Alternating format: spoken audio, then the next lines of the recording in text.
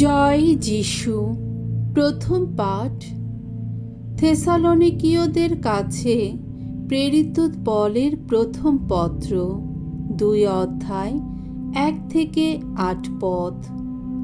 থেসালনিকীয়দের কাছে শুধুমাত্র ঈশ্বরের মঙ্গল সমাচার নয়, পল রাজি ছিলেন নিজের প্রাণটাও বিলিয়ে দিতে। প্রিয়জনেরা, তোমাদের কাছে আমাদের যাওয়াটা যে মোটেই ব্যর্থ হয়নি সে কথা তোমরা নিজেরাই তো জানো।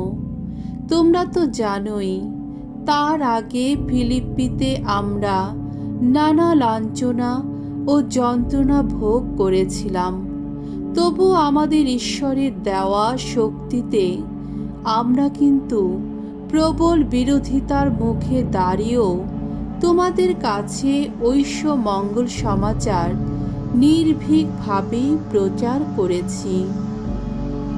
আসলে আমরা তো কোনো ভুল ধারণা কিংবা কোনো অসৎ উদ্দেশ্যের প্রভাবে পড়ে কখনো উপদেশ দিই না, কোনো ছলনার আশ্রয়ও নিই না আমরা।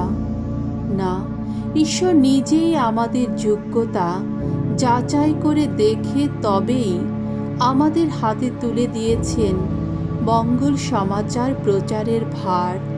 আর আমরা তো সে কথা মনে রেখেই বাণী ঘোষণার কাজে করে থাকি। আমরা মানুষকে নয়, বরং যিনি আমাদের অন্তরকে যাচাই করেন সেই স্বয়ং ঈশ্বরকেই সন্তুষ্ট করার চেষ্টা করি। আমরা কোনোদিন কোনো চাটু বাক্যের আশ্রয় নিইনি, তোমরা তা ভালোভাবেই জানো। আমাদের কথার পেছনে কোনো লোভ চরিতার্থ করার চেষ্টাও ছিল না কখনো। ঈশ্বর নিজেই তার সাক্ষী। মানুষের কাছ থেকে আমরা কোনো সম্মান পাবার চেষ্টাও করিনি, তোমাদের কাছ থেকেও নয়, অন্য কারো কাছ থেকেও নয়। যদিও খ্রিস্টের প্রেরিত হিসাবে আমরা তো অনেক কিছুই দাবি করতে পারতাম, তা না করে মা তার কোলে শিশুকে যে স্নেহ মমতা দিয়ে ঘিরে রাখে, তোমাদের মধ্যে থাকার সময়ে তোমাদের প্রতি আমরা তেমন কোমলতাই দেখিয়েছিলাম।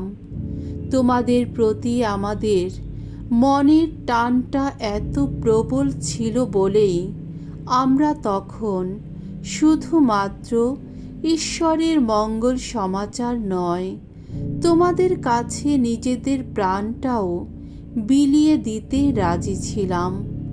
আমাদের কাছে এতই প্রিয় হয়ে উঠেছিলে তোমরা। প্রভুর বাণী। ঈশ্বরকে ধন্যবাদ।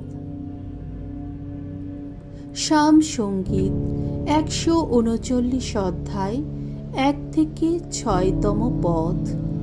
ধো, আমার হৃদয়ের কথা সবই তো জানো তুমি, প্রভু অন্তর্যামী তুমি।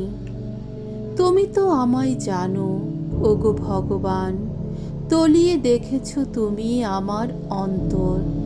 আমি কখন যে উঠি, কখন যে বসি, তুমি তো সবই জানো।